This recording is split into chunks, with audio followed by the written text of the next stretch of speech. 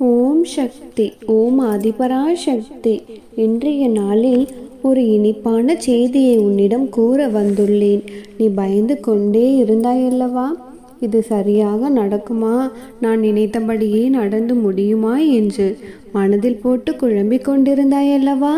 இதோ உன்னுடைய விருப்பப்படியே எல்லாம் நடந்து முடியப் போகிறது.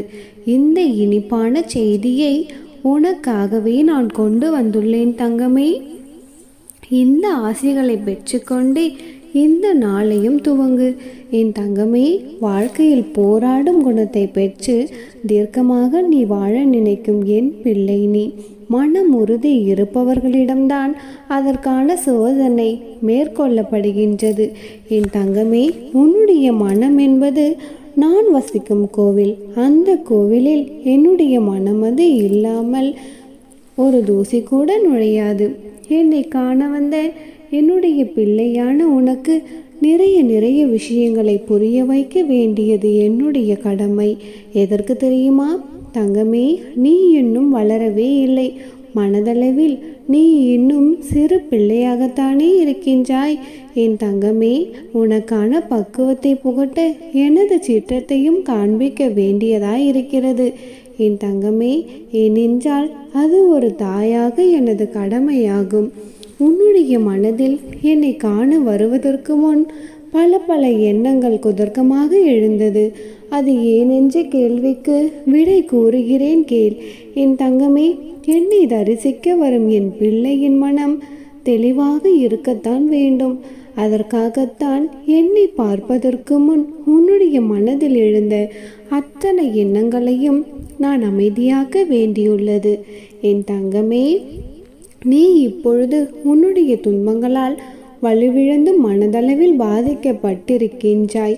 என் தங்கமே, இந்த நேரத்தில் தேவையில்லாத எண்ணங்கள் உன்னிடத்திலும் உன்னுடைய மனதிலும் உன்னுள்ளும் எழ ஆரம்பிக்கும்.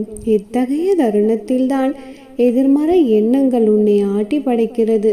என் தங்கமே, இது மாதிரியான துன்பங்கள் நிறைந்த காலத்தில் நீ மனதை தெளிவாக வைத்து கொள்ள வேண்டும்.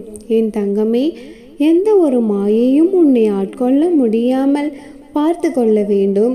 என் தங்கமே, இப்பொழுது உன்னுடைய வாழ்க்கையில் நீ ஆசைப்பட்டதெல்லாம் நிறைவேறும் காலம்தான். ஆனால் இந்த வாழ்க்கையை மேடு பள்ளம் இல்லாத இடமென்று ஒன்றுமே கிடையாது. என் தங்கமே, அதுதான் உன்னை யாரென்று உனக்கு உன்னையே அறிமுகப்படுத்தும். இங்கே எல்லா மரங்களும் சிறியதாக இருப்பதும் இல்லை, பெரியதாக இருப்பதும் இல்லை. சிறியதாய் இருக்கும் மரங்கள் பெரிய மரங்களை பார்த்து பிரமிக்குமாம். ஒரு நாள் நான் இப்படித்தான் வளர வேண்டும் என்று அதுவும் வளருமாம் பெரியதாக. அதே போல வளர்ந்து கொண்டிருக்கும் சிறிய மரங்களை பெரிய மரங்கள் கவனித்து கொள்ளுமாம். நம்மால் முடிந்த அளவிற்கு அதன் வளர்ச்சிக்கு ஒரு துணையாய் அதற்கு நிழல் கொடுப்போம் என்று நினைத்து அவ்வாறே செய்யுமாம்.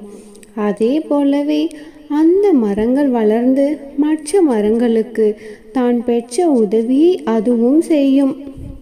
அவ்வாறே ஒன்றுக்கு ஒன்று உதவி செய்து கொண்டு நாளடைவிலேயே அது ஒரு பசுமையான மரங்களும் பூக்களும் நிறைந்த நந்தவனமாக மாறிவிடும்.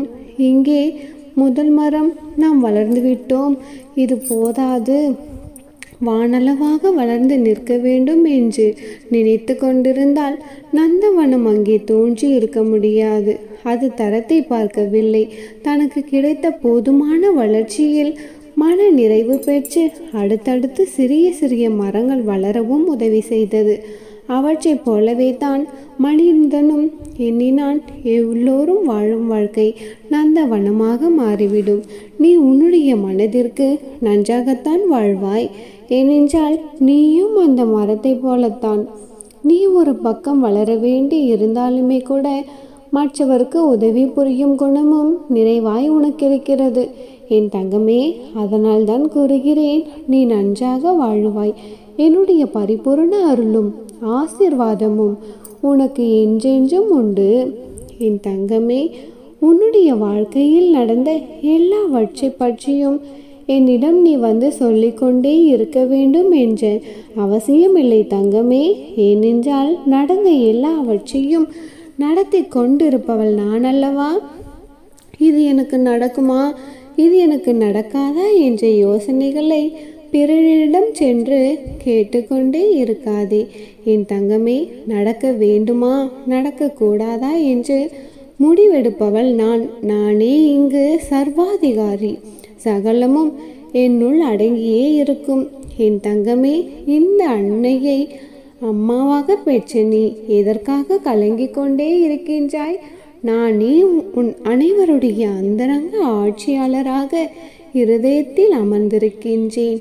இந்த உலகில் கண் அசையும் அசைவற்ற சர்வ ஜீவராசிகளையும் நானே அரவணைக்கின்றேன். இந்த பிரபஞ்சம் என்னும் தோட்டத்தை நானே கட்டுப்படுத்துபவள், ஆட்டுவிப்பவள். எல்லா வர்க்கங்களின் மூலமாகத்தான் நானே எல்லா உணர்ச்சிகளையும் ஊந்துபவள். நானே இங்கு சர்வாதிகாரி. ஒரு முறை நடக்கும் என்று நான் வாக்களித்து விட்டால் அது சர்வ நிச்சயமாக நடந்தே தீரும். இது நடக்க தேவையில்லை என்று முடிவெடுத்து விட்டால் அது நடக்காது என் தங்கமே. ஏனென்றால் மீண்டும் மீண்டும் கூறுகிறேன், நானே இங்கு சர்வாதிகாரி. இப்பொழுது உன்னுடைய மனதில் ஓடும் என்ன ஓட்டங்களை நான் அறிந்தே இருக்கின்றேன் என் தங்கமே. ஒன்றை மட்டும் புரிந்து கொள், பழி வாங்குதலால் எதிரில் உள்ளவர்கள் மட்டும் வீழ்வதில்லை குழந்தையே.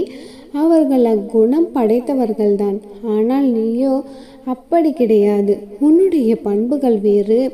நீயும் பழிவாங்க வேண்டும் என்று நினைத்தால் அவர்களின் வடிவங்களில் நீயும் ஒன்றாய் மாறுகின்றாய் என் தங்கமே. அப்படி நீ மாறினாய் என்றால் நீயும் விழுந்து உன்னிடம் உள்ள நற்பண்புகளும் விழுந்துவிடும். அது உன்னுடைய நிம்மதியின் கதவை மூடியும் விடும். அந்த கதவிற்குள் சிக்கிக்கொண்டு விடாதே செல்லமே. நீ சிக்கிக்கொள்ள மாட்டாய் என்பதும் எனக்கு நன்றாகவே தெரியும். ஆனால் இந்த அறிவுரை உன்னுடைய ஆன்மாவிற்கல்ல, மாயை நிறைந்த உன்னுடைய மனதிற்கு மட்டுமே. அதனால் உனக்கு அரணாய் என்னை இருப்பவர்கள் உன்னை நெருங்காமல் நானே பார்த்து கொள்ளுவேன். உன்னுடைய மனதில் சிம்மாசனத்தில் அமர்ந்திருப்பவள் நான். இருந்தும் உன்னை விடுவிக்க நானும் உன்னுடைய மாயைகளுடன் போராடி கொண்டிருக்கின்றேன் தங்கமே. அமைதியான நிலையில் இருக்கும் நான் என் பிள்ளையான உன்னை விடுவிக்க, உன்னை காப்பாற்ற அத்தனை ரூபங்களையும் எடுத்தே தீருவேன் தங்கமே. உனக்குள் உன்னை முன்னேற விடாமல் உன்னை முடக்கும் உன் எண்ணங்கள், சிந்தனைகள் என எல்லாவற்றிலிருந்தும் உன்னை நான் விடுதலை செய்வேன் என் தங்கமே. உன்னுடைய மனதை காயப்படுத்தும் உன் மனதிற்கு எந்த நிலைமை என்றால், வெளியில் உன்னை காயப்படுத்துபவர்களை நான் சும்மா விடுவேனா என் தங்கமே? அவர்களை நான் பார்த்து கொள்கிறேன். ஒருவர் உன்னை பழி வாங்கினால் நீ பதிலுக்கு அதை செய்யாதே தங்கமே. இது சிறிய பெரிய விஷயங்கள் என அனைத்திற்கும் நான் கூறுகின்றேன். அவர்களைப் போல் நீயும் இருந்தால் உனக்கும் அவர்களுக்கும் என்ன வேறுபாடு என் தங்கமே? ஒன்றை மட்டும் நன்றாக புரிந்து கொள். நீ என்னுடைய பிள்ளை. உனக்கு என்ன நேர்ந்தாலும், எத்தனை பிரச்சனைகள் உன்னை சூழ்ந்தாலும் பிரார்த்தனையையும் நம்பிக்கையும் கைவிட்டு விடாதே தங்கமே. அதுவே உனக்கு எப்படிப்பட்ட சூழ்நிலையிலும் கை கொடுக்கும் என் தங்கமே. உன் அன்னையாகிய நானே உன் கூடவே நின்று அனைத்தையும் நான் பார்த்து கொள்கிறேன். நம்பிக்கையோடு இரு. நல்லதே நினைக்கும் என் செல்ல பிள்ளையின் வாழ்க்கையில் நிச்சயம் நான் நல்லதையே நடத்தி கொடுப்பேன். அம்மனருளால் இந்த நாள் அழகிய நாளாக நிறைவடையட்டும். ஓம் சக்தி. ஓம் ஆதிபரா சக்தி. விஷயங்களை நீ ஆசைப்பட்டு அடைவதற்கான லட்சியத்தில் நீ முன்னோக்கி சென்று கொண்டிருக்கும் பொழுது தடைகளும் தடங்கல்களும் வருகிறது என்று எனக்கு தெரியும். நீ நினைத்த விஷயங்கள் நடக்காமல், நீ கேட்டது கிடைக்காமல் தாமதமாகி கொண்டிருப்பதை நான் பார்த்ததால் தான் அதை அப்படியே உன்னிடம் ஒப்படைப்பதற்காக உனக்கான வரத்தோடு உன்னை தேடி வந்திருக்கின்றேன் என் செல்லமே. ஏதாவது ஒரு விஷயம் நீ நினைத்தது போல நடக்காத பொழுது நீ அதை அடைவதற்கான வழியை தான் மாற்ற வேண்டுமே தவிர்த்து அந்த லட்சியத்தையே மாற்ற வேண்டும் என்று யோசிக்காதே. என் தங்கமே, நீ நினைத்ததும் நீ ஆசைப்பட்டதும் உன்னுடைய லட்சியமும் எல்லாமே சரிதான். ஆனால் நீ அதை அடைவதற்கு தேர்ந்தெடுத்த பாதைதான் தவறாக இருக்கிறது என்பதை புரிந்து கொண்டு வேறொரு வழியை யோசித்தால் உனக்கான நல்ல வழியை உன் அன்னை நானே காட்டுவேன். என் தங்கமே, மங்களகரமான இந்த நல்ல நாளில் நீ நினைத்தது நல்லபடியாக நடக்கும். ததாஸ்து என்று சொல்லி ஆசிர்வதிக்கத்தான் உன்னை தேடி உன் அம்மன் வந்திருக்கின்றேன். என் செல்லமே, உன்னை சுற்றி இருப்பவர்கள் உன்னை பார்த்து சிரிப்பார்களோ என்று நினைத்து ஏதாவது செய்வதற்கு நீ யோசித்து கொண்டும் தயக்கம் கொண்டும் வாழ்ந்தால் உன்னுடைய வாழ்க்கையில் உன்னால் சிரிக்க முடியாமல் போய்விடும் செல்லமே. சுற்றி இருப்பவர்கள் ஏதாவது பேசிக்கொண்டோ சிரித்து கொண்டோ கேலி செய்து கொண்டோ எக்காரணமிட்டு சிரித்து கொண்டும் தான் இருப்பார்கள். அவர்களின் வாழ்க்கை, அவர்களின் வாய், அவர்களின் பேச்சு, அதை பற்றி நீ ஏன் சிந்திக்க வேண்டும்? உன்னுடைய செயலை நீ நினைத்தது போல செய்து கொள். இன்று இல்லாட்டியும் கூடிய விரைவில் உனக்கான விஷயங்களை நீ மிகப்பெரிய அளவில் வெற்றி பெறத்தான் போகின்றாய். என் தங்கமே, உன்னுடைய வாழ்க்கையில் காணாமல் போனவர்களை தேடலாம். ஆனால் உன்னை கண்டு கொள்ளாமல் கடந்து போனவர்களை நீ தேட வேண்டாம் என்று நான் சொல்கிறேன். என் தங்கமே, உன்னுடைய வாழ்க்கை உயரிய எல்லைக்கு மாறிய பிறகு அவர்களே தானாக உன்னை தேடி வருவார்கள். அப்படிப்பட்ட அற்புதத்தை உன்னுடைய வாழ்க்கையில் உன் அன்னை நான் நிகழ்த்தத்தான் போகிறேன். என் தங்கமே, ஏன் தெரியுமா? உன்னை சுற்றி இருப்பவர்களின் பல பேர் மனதில் என்ன இருக்கிறது என்று உனக்கு நன்றாக தெரியுமா? மற்றவர்கள் செய்தால் தவறு என்று சொல்கிறார்கள். ஆனால் அதே விஷயத்தை அவர்கள் செய்தால் மட்டும் அது சரி என்று வாதாடி கொண்டிருக்கிறார்கள். அப்படிப்பட்ட குறுக்கு புத்தி கொண்டவர்களின் கலியுக கால மனிதர்களாகத்தான் எல்லாரும் இருக்கிறார்கள். என் தங்கமே, உன்னுடைய வாழ்க்கையில் இப்பொழுது இருக்கும் நெருக்கடியும் உனக்கு கவலைகளை கஷ்டத்தை தரக்கூடிய விஷயங்களையும் நினைத்து வருத்தப்படாதே. நிலவை சுற்றி இருள் அதிகரிக்கும் பொழுதுதானே அந்த நிலவின் வெளிச்சம் மிகவும் பிரகாசமாக தெரியும். அதே போலத்தான் இப்பொழுது உன்னுடைய வாழ்க்கையில் இருக்கும் துன்பங்களும் கஷ்டங்களும் அதிகரிக்கதான் இதையெல்லாம் முடிந்து போய் உனக்கான சந்தோஷம் மிகப்பெரிய அளவில் வந்து சேரும். நடப்பதெல்லாம் நன்மைக்கே என்று நினைத்து கொண்டிருக்காதே. சில சமயங்களில் நடக்காத விஷயங்களும் உனக்கு நன்மைக்கு தான் என்று புரிந்து கொள். என்ன சொல்ல வருகிறேன் என்றால், அந்த விஷயம் நடக்கவில்லை, இந்த விஷயம் நடக்கவில்லை என்று நீ வருத்தப்பட்டு கொண்டிருக்கிறாயே, அது உனக்கு நடக்காதது என்பது நன்மைக்காக என்பதை புரிந்து கொள். துவங்கும் பொழுது எந்த ஒரு விஷயத்தையும் செய்ய ஆரம்பிக்கும் பொழுதே இது கஷ்டமோ என்று யோசிக்காதே.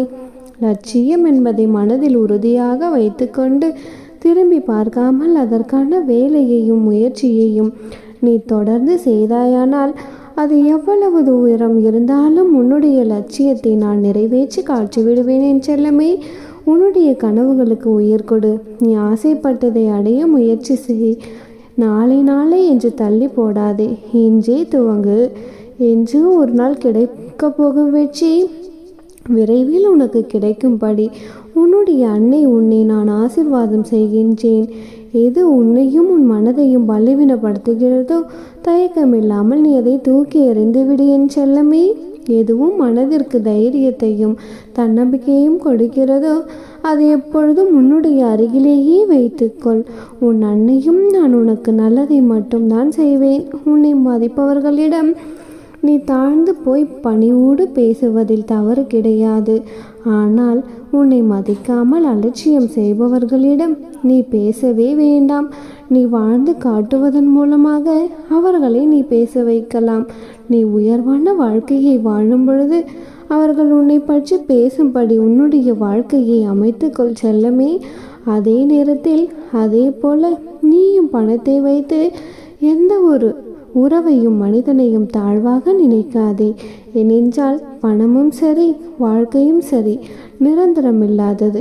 எந்த நொடியில் எப்பொழுது வேண்டுமானாலும் மாறிவிடும்.